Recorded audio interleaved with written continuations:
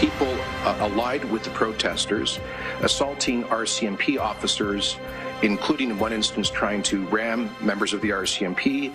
This kind of conduct is totally unacceptable. Assaulting law enforcement officers who are simply doing their job. The Premier calling for calm after a showdown at the Canada-U.S. border earlier today. RCMP moved in this afternoon trying to break up the tense 4-day border blockade at Coutts, but it backfired, and at this hour, the standoff in southern Alberta continues. Good evening. A second line of trucks and vehicles is now blocking Coutts and the American border from the rest of Alberta. Right now, Highway 4 is completely blocked off by vehicles and protesters.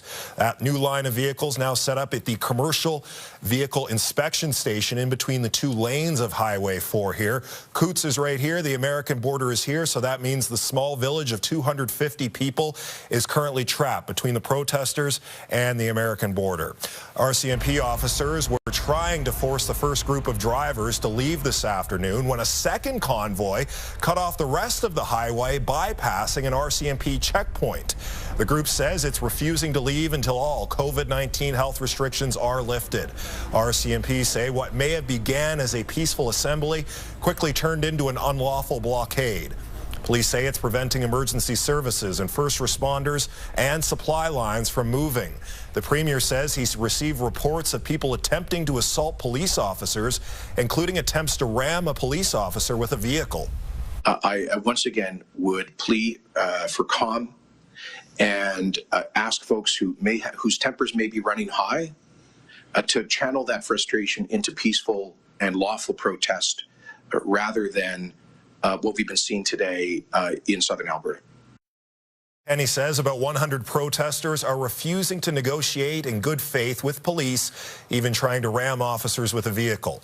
He has asked his Justice and Transportation ministers to reach out to the federal Public Safety Minister to seek expanded services and extended hours from Canada's Border Service Agency at Alberta's other border crossings, as he expects further interruptions at the Coutts crossing.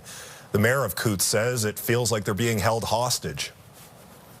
I don't know how many times I can say that I want that thing gone so that we have freedom of movement and that commerce can resume. This is, it's bigger than I think the people that put it on realized, and I don't believe they planned for the reaction that they're getting. Mounties say they tried negotiating with drivers, but the protesters did not listen. No one was arrested today. At this point, there's another standstill. And stranded truck drivers are losing time and money as the blockade drags on. CTV's Turia Isri reports. In just a few days, protesters have cost the Canadian economy hundreds of millions of dollars. The ones who want to make a statement chose Coutts because this is where it's going to hurt us. Around 20,000 trucks pass through the Coutts border every month, doing $10 billion in trade between Canada and the U.S. With each passing hour of the blockade, losses are piling up. This economist says $2 billion is a conservative estimate. There is corn flour, there's bananas, there's you name it, and there's all types of fruit out there which is not moving. This is totally unheard of. Food shipments could spoil, including 150 truckloads of Canadian beef. Fuel is also going to waste, and stranded truckers have few options. We have a lot of truckers, they don't even have food. Some of them have the medical issues. Edmonton driver Lovepreet Singh was stuck in Montana. With no other choice, he backed up and went the long way home. I have to travel all the way to British Columbia, and then I have to enter Canada. Other drivers on the U.S. side of the border are waiting it out, like Sam Shahal.